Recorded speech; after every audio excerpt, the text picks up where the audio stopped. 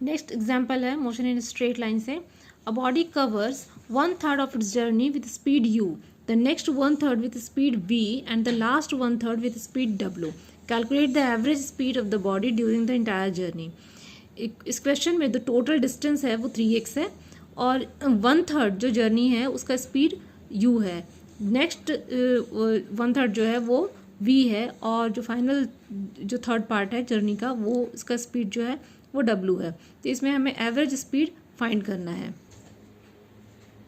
Question को कुछ इस तरह हम समझ सकते हैं कि टोटल जर्नी जो है, टोटल डिस्टेंस जो है वो है 3x और डिस्टेंस x के लिए स्पीड है u, नेक्स्ट x के लिए स्पीड v है और नेक्स्ट x के लिए स्पीड w है। यहाँ पे जो टोटल टाइम जर्नी में लग रहा है वो हमारा आ रहा है x/u plus x/v plus x/w। Speed हमें पता है, जो एवरेज स्पीड होता है जर्नी का वो है total distance travelled by total time taken. तो टोटल टाइम टेकन हमारा यहाँ पे है x/u plus x/v plus x/w।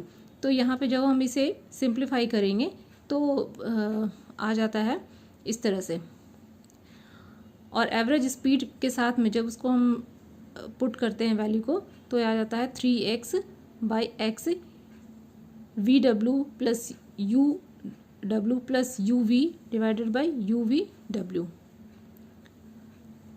तो फाइनल रिजल्ट हमारा जो आता है वो आ जाएगा 3uvw divided by uv plus vw plus uw।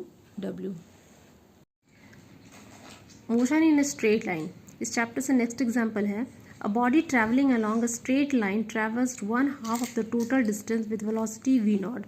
The remaining part of the distance was covered with velocity v1 for half the time and with velocity v2 for the other half of time. Find the mean velocity averaged over the whole time of motion. इस question में जो body है वो straight line path में move कर रही है और पूरे जर्नी को हम दो पार्ट में पहले डिवाइड करेंगे। यहाँ पे मान लेते हैं कि जो बॉडी है वो A से B तक स्ट्रेट लाइन पाथ में मूव कर रही है। जो टोटल डिस्टेंस है वो सपोज x है और इस जर्नी में जो हाफ डिस्टेंस है AC वो x/2 हो गया और नेक्स्ट हाफ जो है CB जो है x/2 हो गया।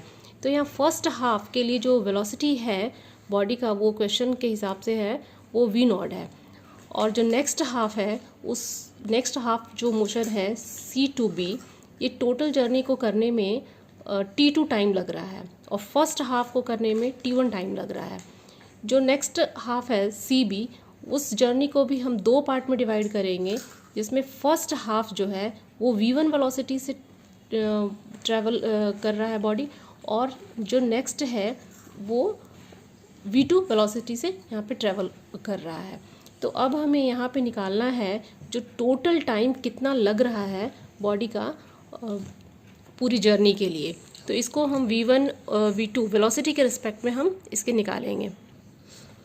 क्वेश्चन को हम देखेंगे जब सॉल्व करेंगे तो यहाँ पे सबसे पहले है कि लेट द टोटल डिस्टेंस यहाँ पे हमने माना हुआ है कि x है और let the time taken to cover first 1/2 distance इसको माना गया है कि ये T1 है।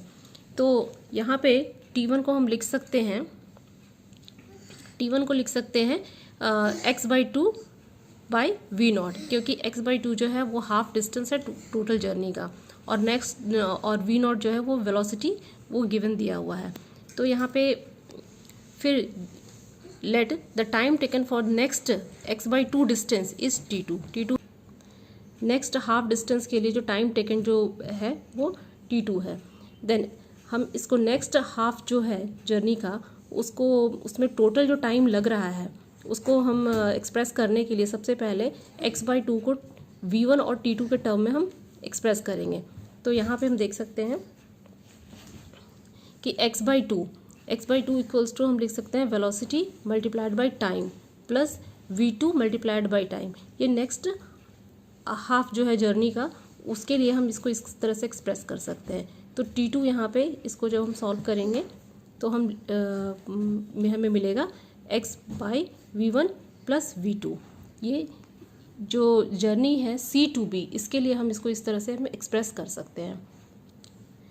नेक्स्ट यहाँ पे टोटल टाइम टेकन जो है पूरी जर्नी में जो हमारा टाइम लग रहा है वो T1 प्लस T2 है। T1 हाफ जर्नी के लिए A to C के लिए और T2 C से B के लिए। तो इसको जब हम लिखेंगे तो हम लिख सकते हैं T1 T को हम x और v के टर्म में जब एक्सप्रेस करेंगे तो T1 के लिख सकते हैं x/2 divided by V0 plus x/V1 plus V2। इसको जब हम सिंप्लीफाई करेंगे तो इस तरह से आ जाएगा, ये वैल्यू आ जाएगा। उसके लिए फिर उसके बाद जो हम निकालना है हमें एवरेज वेलोसिटी हमें पता है कि total distance divided by total time होता है। तो टोटल डिस्टेंस यहाँ पे क्या है, x है, और टोटल टाइम जो हमने निकाला वो है ये, जो हमने x और v के टर्म में हमने जो total time T1 plus T2 को जो एक्सप्रेस किया है वो ये है। उसके बाद जब हम इसे सिंप्लीफाई करेंगे तो हमारे पास आ जाएगा 2v0 v1 plus v2 divide by v1 plus v2 plus 2v0। तो इस तरह से हम एवरेज वेलोसिटी निकाल सकते हैं। इस तरह के क्वेश्चन में अगर ये तो वैल्यू यहाँ पे कुछ नहीं दिया हुआ है, अगर वैल्यू दिया हुआ होगा तो हम सीधे से हम वैल्यू पुट करके और इसका फाइनल आंसर तक हम पहुँच सकते हैं।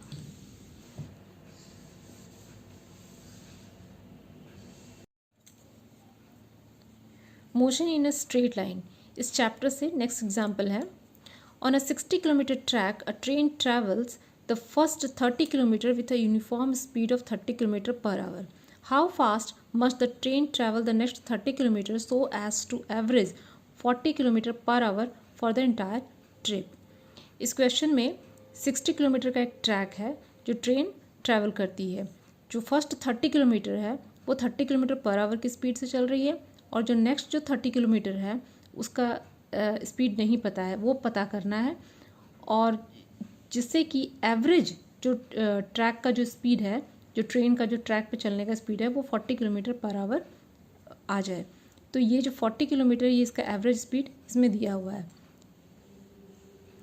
यहाँ पे इस क्वेश्चन को हम कुछ ऐसे समझ सकते हैं कि ये ट्रैक है 60 किलोमीटर का, इसके जर्नी जो है दो पार्ट में हम डिवाइड कर रहे हैं, 30 किलोमीटर एंड 30 किलोमीटर। जो फर्स्ट 30 किलोमीटर है वो 30 किलोमीटर पर आवर की स्पीड से ट्रेन चलती है, कवर कर रही है, और जो नेक्स्ट जो 30 किलोमीटर है वो V2 स्पीड है, पर वो स्पीड हमें फाइंड करनी है जिससे कि उसका जो एवरेज स्पीड है वो 40 किलोमीटर पर आवर आ जाए। एवरेज वेलोसिटी के लिए हम लिख सकते हैं total distance upon total time.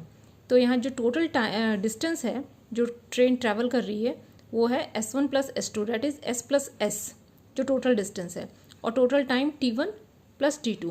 जो फर्स्ट 30 किलोमीटर है वो T1 टाइम पे ट्रैवल कर रही है, जो नेक्स्ट 30 किलोमीटर है वो T2 टाइम पे ट्रैवल कर रही है। तो यहाँ पे जो total distance S plus S है, और टाइम के लिए फिर हम लिखेंगे टाइम के लिए S/V1 एंड प्लस S/V2। तो S/V1 for time T1 and S/V2 for time T2। तो यहाँ पे जब हम इसको सिंप्लीफाई करेंगे इससे, तो यहाँ पे 2S/S 1/V1 प्लस 1/V2, जब इसे हम सॉल्व करेंगे तब आ जाता है हमारा 2V1 V2 V1 plus V2।